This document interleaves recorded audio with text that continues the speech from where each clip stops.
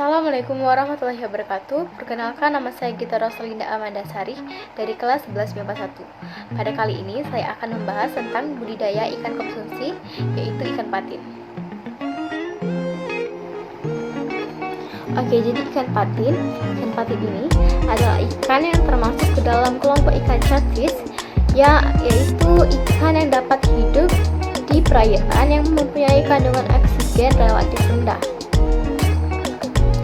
Ikan patin ini termasuk ikan omnivor atau pemakan segala, tetapi lebih cenderung ke karnivor, yaitu pemakan daging.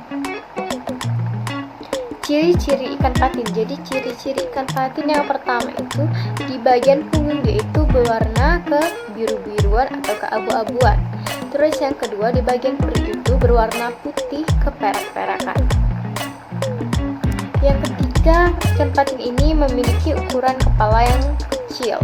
Terus yang keempat, ikan patin ini memiliki kumis. Dan yang kelima, ikan patin ini memiliki sebuah patil. Makanan ikan patin. Jadi biasanya di alam itu ikan patin itu memakan seperti ikan-ikan kecil, cacing, serangga, tumbuh-tumbuhan, dan udang-udang kecil. Cara budidaya ikan patin. 1. Mencari lokasi yang tepat. Lokasi merupakan hal yang utama saat berbudidaya ikan patin.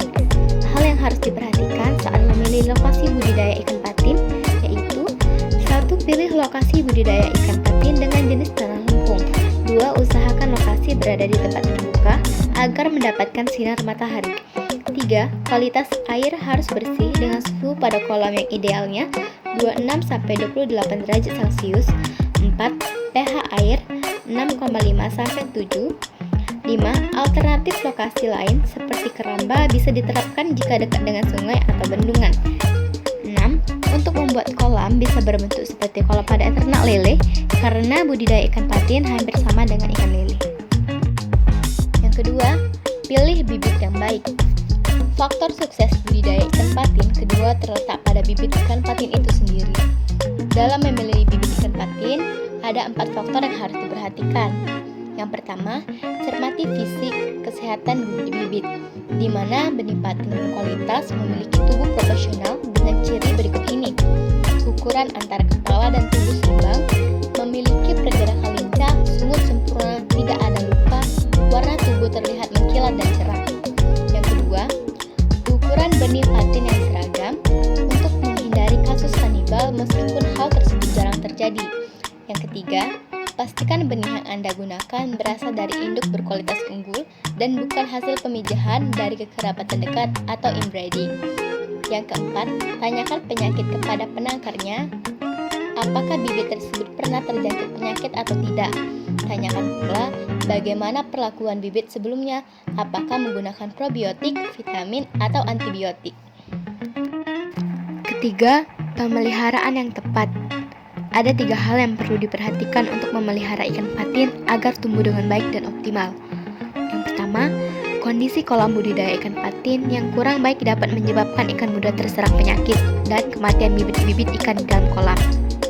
Untuk itu, upayakan air untuk mengaliri kolam harus berasal dari sumber yang bersih. Jika kolam terlalu asam, sebaiknya berikan kapur agar pH stabil. Yang kedua, sebelum bibit dimasukkan ke dalam kolam, perlu dilakukan pemupukan terlebih dahulu. Tujuannya untuk merangsang pertumbuhan pakan alami yang dibutuhkan oleh ikan. Yang ketiga, pemberian pakan yang bertahap pagi dan sore hari, di mana pada bibit yang baru dimasukkan ke dalam kolam, jangan diberikan pakan pelet terlebih dahulu. Biarkan bibit memakan zooplankton yang sudah tersedia di kolam.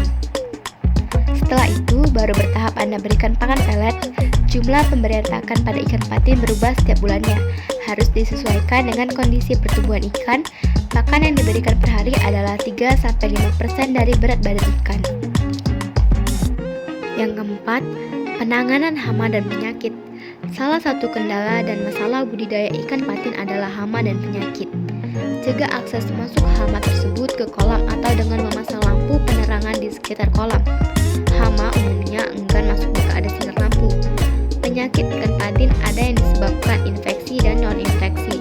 Penyakit non-infeksi adalah penyakit yang timbul akibat akibat adanya gangguan faktor yang bukan patogen. Penyakit dan infeksi ini tidak menular, sedangkan penyakit akibat infeksi biasanya timbul karena gangguan organisme patogen. Dengan membasmi hama dan penyakit menggunakan penanganan yang tepat, maka ikan akan tumbuh dengan baik dan kualitasnya pun akan lebih baik. Yang kelima, proses panen yang tepat. Tips terakhir yakni dalam memanen ikan dengan proses yang tepat, sehingga ikan tidak mengalami kerusakan, kematian, cacat saat dipanen. Sebagai contohnya, penangkapan ikan dengan menggunakan jala apung akan mengakibatkan ikan mengalami luka. Jadi, sebaiknya penangkapan ikan dimulai di bagian hilir, kemudian bergerak ke bagian hulu. Sehingga bila ikan didorong dengan kere, maka ikan patin akan terpojok pada bagian hulu. Pemanenan seperti ini menguntungkan karena ikan tetap mendapatkan air yang segar sehingga kematian ikan dapat dihindari. Perlu diingat, pemasaran ikan patin dalam bentuk segar dan hidup lebih diminati oleh konsumen. Karena itu, diusahakan menjual dalam keadaan hidup. Baiklah, sekian cara budidaya ikan patin dari saya. Saya akhiri. Wassalamualaikum warahmatullahi wabarakatuh.